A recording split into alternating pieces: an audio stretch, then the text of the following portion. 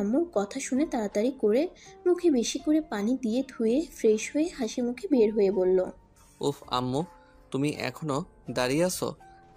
কি রে, তোর চোখ লাল কেন রে? কান্না করলি নাকি? আরে ধুর, কি বলো, কান্না কেন করব? অনেকক্ষণ চোখে পানি দিয়েছি তো ধুলে গেছিল, তাই লাল হয়ে গেছে হয়তো। আচ্ছা, খাটে বসে আমি ক্ষত জায়গাটা পরিষ্কার করে ব্যান্ডেজ করে দেই। আরে আম্মু, একটু খালি তো ছড়ে গেছে, ব্যান্ডেজ করলে সবাই ভাবে না জানি কতখানি কেটে ফেলছি। চুপ কর, এইটুকুতেই অনেক বড় ক্ষতি হতে পারে বুঝলি? তাই চুপচাপ বসে থাক। আর এটা কিভাবে হলো? আর বলো না, খেলতে গিয়ে লেগে গেছে। একটু সাবধানে খেলতে পারিস না? এর থেকে বেশি কেটে গেলে কি হইতো? কি হয়তো, একটু রক্ত বের হইতো। আর তুমি কান্না করতে আর টেনশন করতে, এইটাই। ফাজিল একটা দেব। আদিত্য ওর আম্মুকে জড়িয়ে ধরে। আদিত্যর আম্মু আদিত্যর হাত পরিষ্কার করতে গেলে আদিত্য ভয়ে চোখ বন্ধ করে ফেলে। আদিত্যর আম্মু হাসতে হাসতে বলল, তুই যত বড় হচ্ছস এই জিনিসটাকে ভয় কাটাতে পারিস না। নিন, হয়ে গেছে, এবার আমাকে ছাড়। উফ, এমন জোরে ধরিস, আমার মনে হয় নিঃশ্বাস বন্ধ হয়ে যে মারা যাব। উফ আম্মু, কতবার বলছি মারা যাওয়ার কথা বলবে না, তোমাকে ছাড়া আমি একা থাকতে ভয় পাই, তুমি তো জানো। তাও কেন যে আমাকে ছেড়ে চলে যেতে চাও? দূর বোকা ছেলে, এইসব অভ্যাস বদলাতে হবে, কারণ আমি সারা জীবন বেঁচে থাকবো না। এখন আমার আঁচলটা ছেড়ে দিয়ে একা চলার চেষ্টা কর। নিজের খেয়াল নিজে নিতে শেখে। কতদিন আমি তোকে এভাবে আগলিয়ে রাখবো? উফ আম্মু, ভালো লাগে না, ধুর।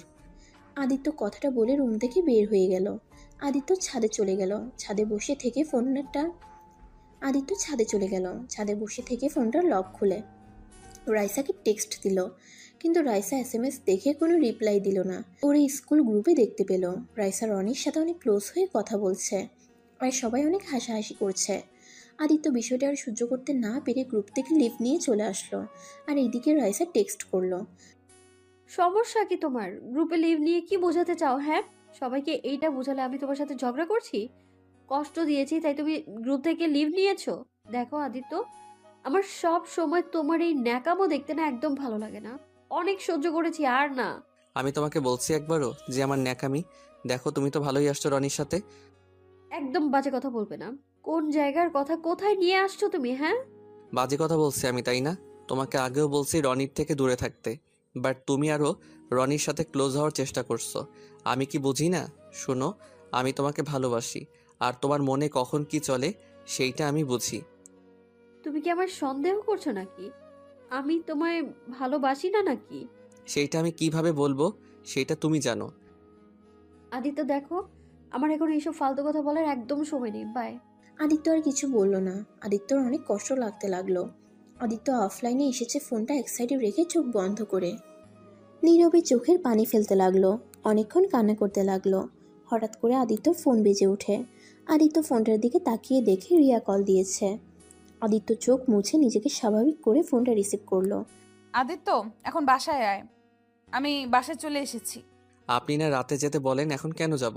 আর কেবল একটু একটু অন্ধকার হচ্ছে, 8টার দিকে যাব। অত কথা শুনতে চাই না, এখন আয়। বেশি বুঝলে কিন্তু। আসছি। আদিত্য কথাটা বলে ফোনটা কেটে দিল। আদিত্য দোলনা থেকে উঠে সোজা ওর রুমে চলে গেল। রুমে গিয়ে ব্যাগ নিয়ে রিয়াদের বাসার উদ্দেশ্যে রওনা দিল।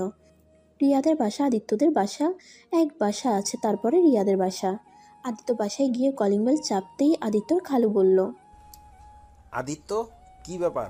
এভাবে আনমনে চলে যাচ্ছ? প্রতিদিন তো আমার সাথে একটু হলেও কথা বলে পড়তে যাও। সরি আঙ্কেল, আমি আপনাকে খেয়াল করি নাই। আদিত্য রিয়ার আব্বুর কাছে বসে আদিত্যকে রিয়ার আব্বু বলল, আদিত্য, হাতে কি হয়েছে তোমার? তেমন কিছু না, একটু ছড়িয়ে গেছে।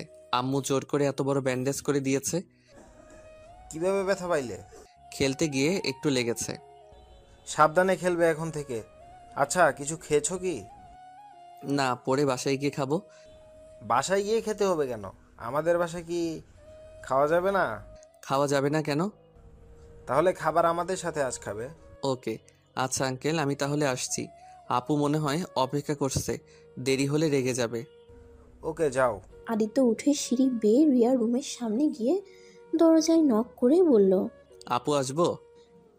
আদিত্য কথাটা বলে দরজা খুলে অবাক হয়ে যায়, কারণ রিয়া প্রতিদিন ওড়না ব্যবহার করে আদিত্যর সামনে, কিন্তু আজকে রিয়া ওড়না ছাড়া আধশোয়া হয়ে বসে আছে। আদিত্যকে দেখে বলল, কি রে, ওইখানে দাঁড়িয়ে আছিস কেন?